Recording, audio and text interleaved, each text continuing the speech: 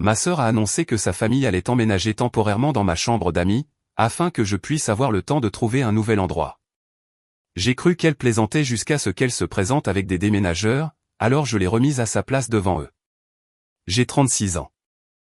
Je suis analyste de données senior pour une entreprise de logistique, ce qui est une façon sophistiquée de dire que je vis dans des feuilles de calcul et que je dis aux gens quand leur intuition a en fait 27% de chances de se transformer en désastre. J'aime les chiffres. Ne discutez pas. Si une cellule indique 4812, c'est 4812. Cela ne devient pas pratiquement 10 000. Vous vous en souvenez juste mal parce que les sentiments de quelqu'un sont blessés. J'ai acheté mon appartement de 2 chambres il y a 3 ans. Prix d'achat de $112 000. Acompte de $82 400. Mon hypothèque mensuelle, incluant les taxes d'association des propriétaires et l'assurance, s'élève à $2186. Je connais ces chiffres comme d'autres connaissent la pointure des chaussures de leurs enfants. Je suis l'aîné de 3 enfants. Ma sœur Mia a 34 ans. Mon jeune frère Kevin a 29 ans. Nos parents nous ont eus jeunes et dans le chaos. Il y avait toujours une facture à régler et une enveloppe d'argent dans le tiroir de la cuisine qui était déjà dépensée mentalement 3 fois. J'étais l'enfant qui alignait les avis de retard de paiement par date d'échéance. Daniel, tu es tellement responsable, disait ma mère, en me tendant la liste de courses et sa carte quand j'avais 13 ans. Tu es comme un petit adulte. Cela ressemble à un compliment. Ce n'en est pas un. 20 ans plus tard, maman m'appelle toujours pour me demander, peux-tu juste te connecter et voir pourquoi la facture d'électricité est si élevée? Papa fait toujours semblant de ne pas comprendre les opérations bancaires en ligne. Kevin oublie de me rembourser de petites sommes qui finissent par totaliser 4 chiffres. Et Mia. Mia a découvert que j'essaierai toujours de résoudre le problème s'il y a un enfant impliqué. Elle a 4 enfants, 10, 8, 5 et 2 ans. Je connais leurs âges exacts parce qu'elle m'appelle pour se plaindre de la cherté de tout maintenant et termine chaque diatribe par une version de « tu ne comprends pas ». Tu n'as que toi à te soucier, ce qui est à moitié vrai. Je n'ai pas d'enfant. J'ai un travail, une hypothèque et une tendance à dire oui si le mot expulsion est même implicite dans une phrase. Il y a 2 ans, elle m'a appelé en sanglotant. C'est juste pour ce mois-ci, dit-elle. Tu sais, le propriétaire est un monstre. Il nous manque $600. Si nous ne payons pas, il commencera la procédure. Tu sais combien de temps ça prend avec les tribunaux. Les enfants ne peuvent pas être sans abri. Dan. J'ai viré $600 cette nuit-là, puis $400 le mois suivant, puis $300 juste pour rattraper la facture d'électricité. J'ai commencé une feuille de calcul appelée près de Mia parce que c'est ce que je suis. Sur 18 mois, le total a tranquillement grimpé à $7240. Chaque fois que j'en parlais, cela se transformait en un smoothie de culpabilité. Je ne te demande pas de le donner, disait-elle. Je te demande de le prêter. Nous te rembourserons quand les choses se calmeront. Tu gagnes bien ta vie. C'est facile pour toi de dire non quand ta vie est stable. Facile de dire non. Drôle, parce que je ne l'ai jamais fait. La clé d'urgence est apparue après l'un de ses paiements. Elle avait besoin de déposer les enfants pendant qu'elle s'occupait de quelque chose au bureau de location. C'était tellement plus facile si elle avait une clé. C'est juste au cas où, dit-elle. Jean, si quelque chose t'arrivait, alors nous pourrions arroser tes plantes, tu sais, la famille. Ce qui s'est réellement passé, c'est que les enfants venaient constamment et qu'elle traitait mon appartement comme une garderie gratuite avec des collations. Je n'ai pas détesté ça. J'aime être un oncle, mais les limites se sont lentement dissoutes, passant d'un accès d'urgence à des biens, les enfants s'ennuyaient et tuent à Netflix. Petit drapeau rouge, ce sont des retards. Je les ai remarqués. Je les ai juste classés sous au mieux que d'être un mauvais oncle. Voici ce que personne ne vous dit quand vous êtes le responsable dans une famille dysfonctionnelle. Ils utiliseront votre compétence comme une carte de crédit sans limite, puis agiront avec offense lorsque vous vérifierez le relevé. La première vraie fissure est apparue en avril. Mia m'a envoyé un SMS à 22h42. Mia, tu fais quoi avec la 2e chambre, au fait? Moi, bureau. Mia, quoi? Mia, lol. Quel gâchis. Tu ne travailles même pas à domicile tous les jours. Moi, j'aime avoir de l'espace. Mia, nous pensons à nous rapprocher de vous. Les écoles ici sont nulles. On en parlera dimanche. Nous n'avons pas parlé dimanche, elle l'a annoncé. Nous étions chez mes parents en train de manger du poulet rôti trop cuit. Les enfants couraient partout. La télévision était allumée même si personne ne la regardait. Alors, dit-elle, faisant teinter sa fourchette contre son verre. Nous avons pris une grande décision. Nous allons emménager chez Daniel pour quelques mois. J'ai en fait ri parce que je pensais qu'elle voulait dire à proximité, comme en ville. Dans mon appartement, ai-je demandé. Dans ta chambre d'amis, a-t-elle corrigé comme si j'avais mal nommé ma propre propriété. Juste pour 3 mois maximum jusqu'à ce que nous accumulions un coussin. Le propriétaire ici augmente notre loyer à $2000 à $200. C'est insensé. Tu paies ton hypothèque de toute façon. Cette deuxième chambre est juste là, à ne rien faire. Tout le monde m'a regardé comme si on m'avait dit que j'avais gagné à la loterie. Ma mère a littéralement dit, « Oh, c'est parfait. » Mais avant que j'aie répondu, je n'avais pas accepté cela, ai-je dit lentement. Mia a levé les yeux au ciel. Ce n'est pas grave. Nous couvrirons les charges et achèterons les courses. Nous ne te demandons pas de payer pour nous. Tu ne comprends pas à quel point le marché locatif est désespéré avec 4 enfants. Nous avons juste besoin de respirer. Son mari Marcus a sauté dans la conversation. Entre hommes, dit-il comme si nous étions dans un bar et non dans la salle à manger collante de mes parents. Si nous restons chez toi quelques mois, nous pouvons effacer environ $4000 à $5000 de dette. Ensuite, ça ira. Tu sais, je travaille à obtenir plus d'heures. Marcus, travailler à obtenir plus d'heures était la même phrase depuis 3 ans. Petit drapeau rouge. Il parlait comme si le plan était déjà en marche. Un encore plus gros. Mes parents acquiesçaient comme des animateurs d'une émission de télévision diurne. Vous auriez dû me parler d'abord, ai-je dit. Nous savions que tu y penserais trop, dit Mia. Tu le fais toujours.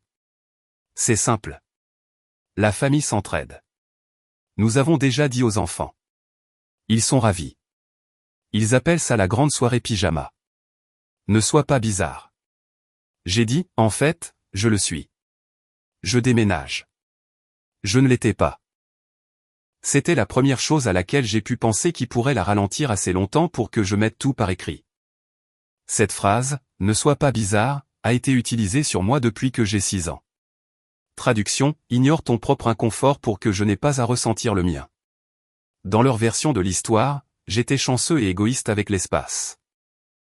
Dans la mienne, on me demandait de devenir un propriétaire gratuit et indéfini pour 6 personnes dans un appartement de 850 pieds carrés que j'avais acheté avec mon propre argent.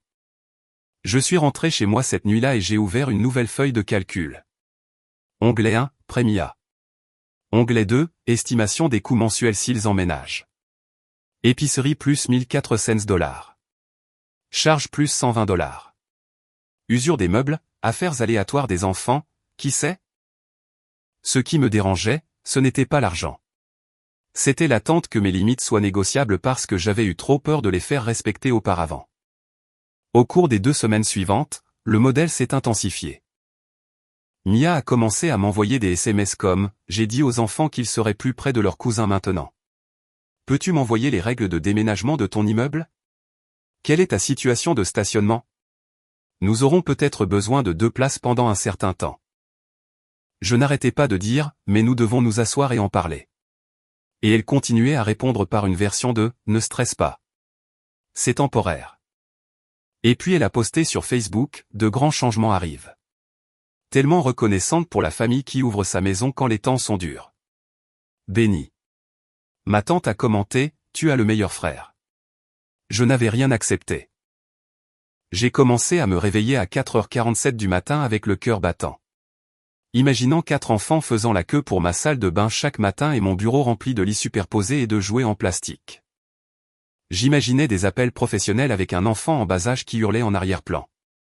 J'imaginais devenir l'histoire, notre frère diabolique nous a mis dehors sans compassion, parce que c'est l'autre partie que personne ne vous dit. Les personnes qui se sentent en droit écrivent toujours la première ébauche d'un récit. Le levier dans l'histoire était ennuyeux et puissant. Le bail dans la loi. Techniquement, je possède un condo dans un immeuble où l'association a des règles strictes concernant l'occupation.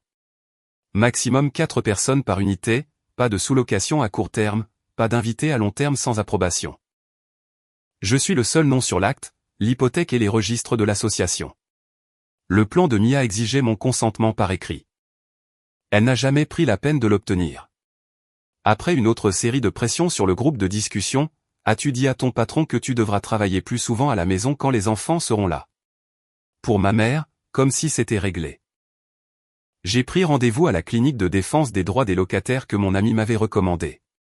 Laissez-moi deviner, a dit l'avocat après que je lui ai tout expliqué, la famille veut emménager temporairement, et vous êtes le méchant si vous dites non. Il a à peu près expliqué quelque chose que je savais déjà, mais que j'avais besoin d'entendre d'un étranger en blazer. Ils n'ont aucun droit légal d'occuper votre maison. S'ils commencent à utiliser cette clé sans votre permission, c'est un accès non autorisé. S'ils établissent leur résidence, cela devient compliqué. Le moment de tracer la ligne est avant qu'une seule boîte ne franchisse votre seuil. D'accord, mais éthiquement, est-ce horrible si je ne les laisse pas, ai-je demandé. Il y a 4 enfants, a-t-il soupiré. Éthiquement? Les parents de ces enfants ne devraient pas annoncer de décision de logement sans obtenir de consentement. Vous n'êtes pas une mauvaise personne si vous refusez d'être leur filet de sécurité. Vous êtes juste le seul adulte fonctionnel dans une pièce pleine de gens qui aiment externaliser les conséquences. Cette phrase est restée gravée en moi. Je suis rentré chez moi et j'ai fait ce que je fais toujours quand j'ai peur. J'ai fait une liste, changé les serrures, mettre mes limites par écrit, informer l'association des copropriétaires d'une tentative d'occupation non autorisée, arrêter toute aide financière temporaire, offrir une alternative claire et limitée avec laquelle je pourrais vivre. À 14h13 cet après-midi-là, j'ai envoyé un email à Mia et Marcus. Objet, logement en limite. Salut, j'ai réfléchi à l'idée que vous emménagiez dans mon appartement. Je comprends que les choses soient difficiles et que vous soyez stressé. Après avoir examiné les règles d'occupation de mon immeuble et mes propres limites. Je dois être clair. Je n'accepte pas que vous ou les enfants viviez dans mon appartement. Ma deuxième chambre n'est pas disponible pour cela. Je ne pourrai pas vous héberger pendant quelques mois ni autrement. Je peux cependant vous aider d'une manière plus modeste. Un virement de $500 pour aider avec les frais de déménagement ou un acompte ailleurs. Ou pour couvrir un hôtel Airbnb pour 3 nuits si vous avez un vide entre deux baux. Je mettrai également en pause toute aide financière en cours, les virements mensuels. Je dois maîtriser mon propre budget. Ce n'est pas personnel. Je vous aime, vous et les enfants. Mais j'ai besoin de protéger ma maison et ma stabilité financière. Daniel. Je l'ai relu 3 fois pour m'assurer qu'il était calme et non un manifeste. Puis j'ai cliqué sur envoyer. 2 minutes plus tard, les points de saisie sont apparus. Mia, waouh, alors tu fais vraiment ça par email? Moi, tu veux qu'on en parle au téléphone? Mia, non. Je tremble en ce moment. Je n'arrive pas à croire que tu te caches derrière les règles d'occupation. Les enfants étaient tellement excités. C'est sans cœur. Puis sont venus les messages du groupe de discussion. Maman, Daniel, tu ne peux pas juste aider un peu? Nous t'avons mieux élevé que ça. Mia, supprime ça. Tu me fais passer pour une mendiante. Marcus, mec, c'est froid. Je n'ai pas discuté. J'ai juste répondu, je ne vous héberge pas. J'ai offert ce que je pouvais. C'est ma dernière réponse. Cette nuit-là, j'ai appelé le serrurier. Nouvelle serrure à peine dormant, nouveau code de clavier. Seul moi le connaissais. Je lui ai également demandé de refaire la clé de la serrure d'urgence qui utilisait l'ancienne clé. 3 jours plus tard, j'ai reçu un appel de mon voisin. Et, mec, dit-il, il y a un camion de déménagement dehors avec ta sœur. Elle vient de me dire qu'ils emménagent chez toi. Tout va bien? Oui, dis-je comme si tout allait bien. Le samedi où j'ai ouvert ma porte, les déménageurs avaient un chariot chargé de cartons. Le camion avait Four Seasons Moving sur le côté et un numéro de téléphone. Il était 10h03. Timing parfait. Parce que je m'étais dit que je ne m'engagerais pas plus de 30 minutes. Ouvre la porte plus grande, dit Mia, essayant de me dépasser avec son épaule. Nous bloquons le couloir. Je suis sorti et j'ai refermé la porte derrière moi. Arrête, dis-je. Ce n'était pas à voix haute. C'était juste assez différent de mon ton habituellement apologétique pour qu'elle le fasse réellement. Qu'est-ce qui ne va pas chez toi, siffla-t-elle. Tu as lu mon email, dis-je. Je ne suis pas d'accord avec ça. Vous ne pouvez pas emménager ici. Cet email était insensé, dit-elle, tu ne le penses pas, tu étais stressé par le travail. Nous en avons parlé chez maman, tout le monde était d'accord. Tu ne peux pas simplement changer d'avis à la dernière minute. Je n'ai pas changé d'avis, dis-je. Je n'ai jamais été d'accord. Elle agita la main comme pour chasser une mouche. Tu es dramatique, dit-elle. Les affaires des enfants sont déjà emballées. Nous avons donné notre préavis à notre ancien logement. Nous ne pouvons pas simplement trouver un autre endroit par magie. Nous sommes littéralement sans abri en ce moment. Marcus nous rejoignit, les mains dans les poches. Écoute, mec, dit-il sur ce ton qui sous-entend que nous sommes des potes. Nous avons déjà dit aux enfants que cela allait se passer. Ne nous oblige pas à leur dire que tu te soucies plus de ton bureau à domicile que de ta famille. C'était ça. La culpabilité militarisée. Je n'étais pas en colère. Je n'étais pas cruel. J'étais fatigué d'une manière que je ne savais pas que l'on pouvait être fatigué. Les gars, je ne vous rends pas sans abri, dis-je. Vous avez choisi de donner votre préavis sans un accord signé de ma part. Un bail ailleurs ou des économies. Ce n'est pas de ma faute. Les yeux de Mia se sont remplis de larmes à ce moment-là. Tu vas vraiment faire ça devant les déménageurs, murmura-t-elle. Tu es d'accord pour que mes enfants vivent dans une voiture? Le déménageur principal s'éclaircit la gorge, fixant très attentivement une tache sur le tapis. Il avait probablement vu pire. J'ai sorti mon téléphone. Je ne suis pas d'accord pour que vos enfants vivent dans une voiture, dis-je. C'est pourquoi j'ai offert $500 ou 3 nuits à l'hôtel? Cette offre tient toujours. Mais vous n'emménagez pas dans mon appartement. Tu ne peux pas enfermer ta famille, claqua-t-elle. C'est illégal ou quelque chose. J'ai une clé. Elle la tint comme si c'était Excalibur. À propos de ça, dis-je, les serrures ont été changées il y a 3 jours après que j'ai envoyé cet email. Vous ne vivez pas ici. Vous n'avez jamais vécu ici. Vous n'avez pas de droit de locataire dans cet immeuble. Marcus s'approcha. Sérieusement, mec, dit-il. Tu as appelé un avocat ou quelque chose? Oui, dis-je. Je l'ai fait. Et j'ai aussi notifié à l'association des copropriétaires que je n'aurai pas d'occupants supplémentaires. Donc si vous essayez de forcer l'entrée ou de rester ici sans ma permission, la sécurité le traitera comme une intrusion, pas comme un problème familial. Cela a fait mouche. Dans leur version de l'histoire, j'étais un avocat des règles sans cœur.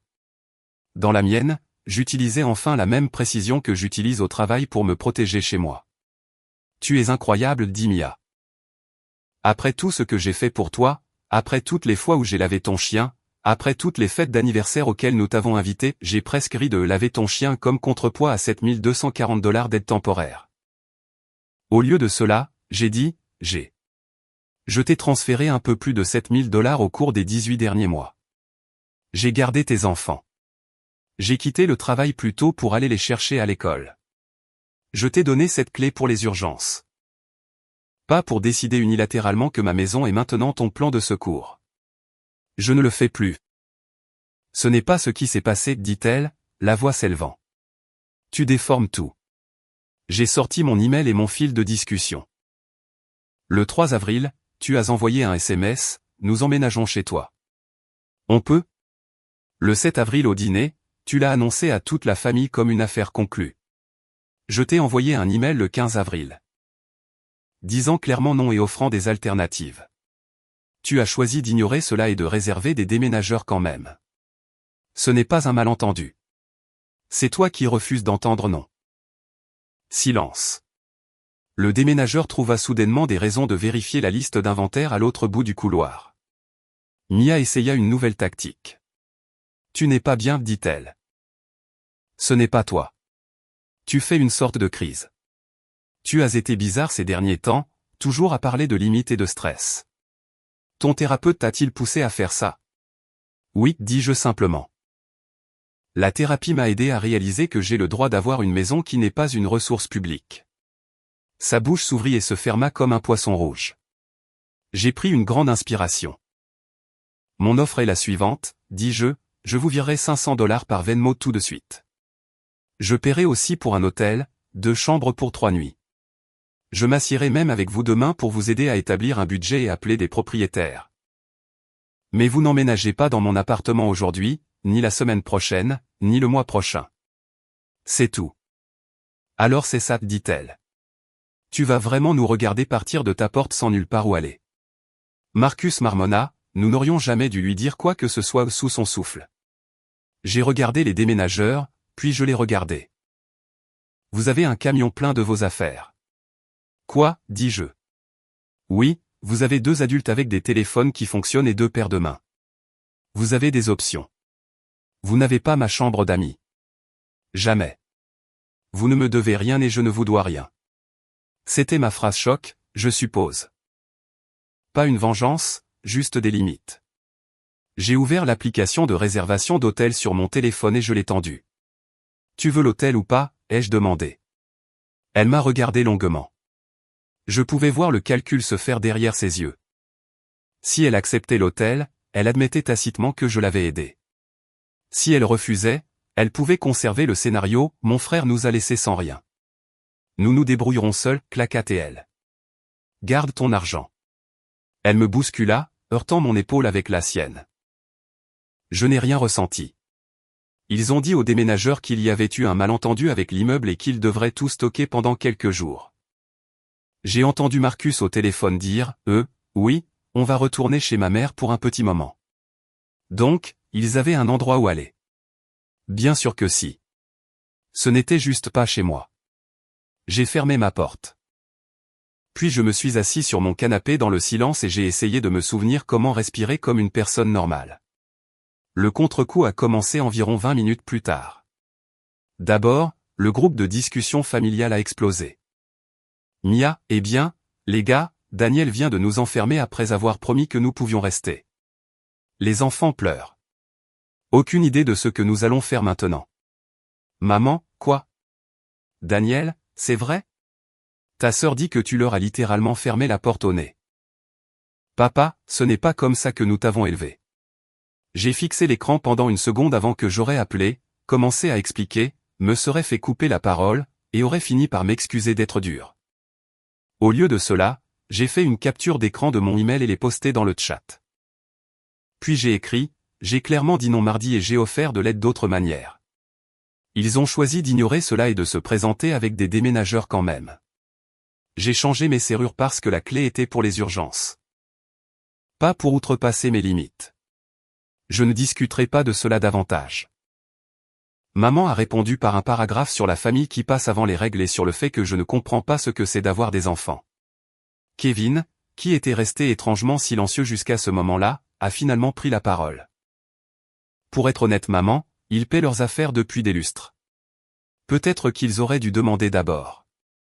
J'ai failli laisser tomber mon téléphone. Kevin me défendait-il?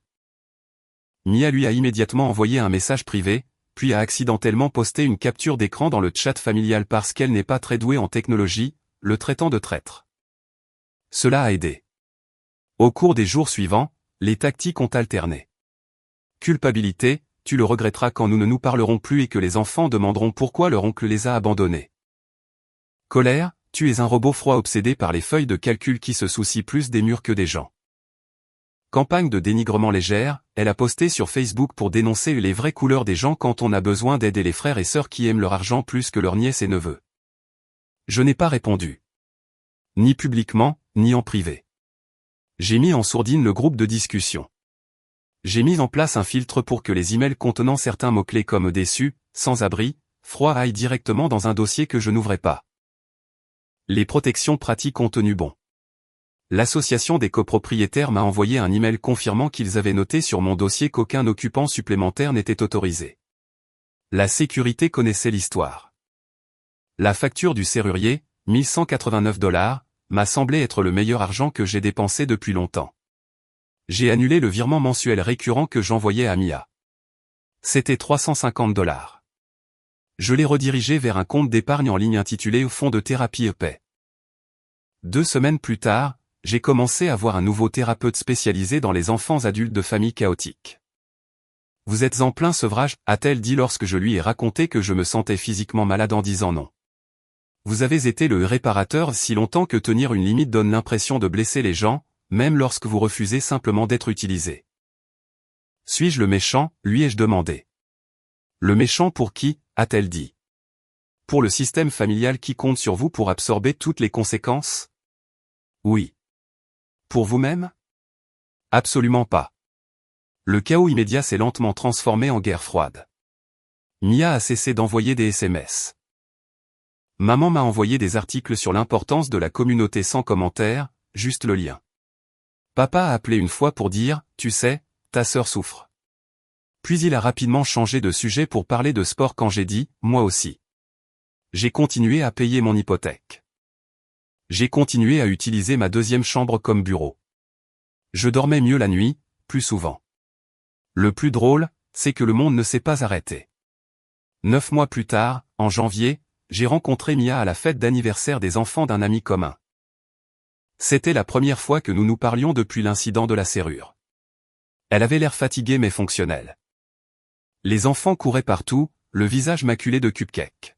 « Salut, dit-elle, comment va la place? Nous avons trouvé une maison de ville plus loin. 2500 $ par mois. La mère de Marcus a cautionné. On se débrouille. » Après un long silence, elle soupira. « Tu m'as vraiment pris au dépourvu ce jour-là. Je t'ai envoyé un email, dis-je. Oui, dit-elle. Mais tu as toujours cédé avant. Je pensais que tu changerais d'avis. Là, c'était enfin honnête. Ils ne m'avaient pas mal compris. Ils avaient juste supposé que j'aurais cédé comme d'habitude. Dans ma tête, je me suis dit que ce jour-là, c'était moi qui ne me prenais pas au dépourvu. J'ai arrêté de faire semblant d'être d'accord avec des choses qui ne me convenaient pas. J'ai arrêté de laisser des choses temporaires devenir éternelles parce que j'avais peur d'être le méchant. Les enfants te manquent, murmura-t-elle. Ils me manquent aussi, dis-je. Je suis heureux de les voir. Je ne serai juste plus jamais responsable d'héberger 6 personnes. C'est dur. Claire, dis-je. Pas dur. Claire.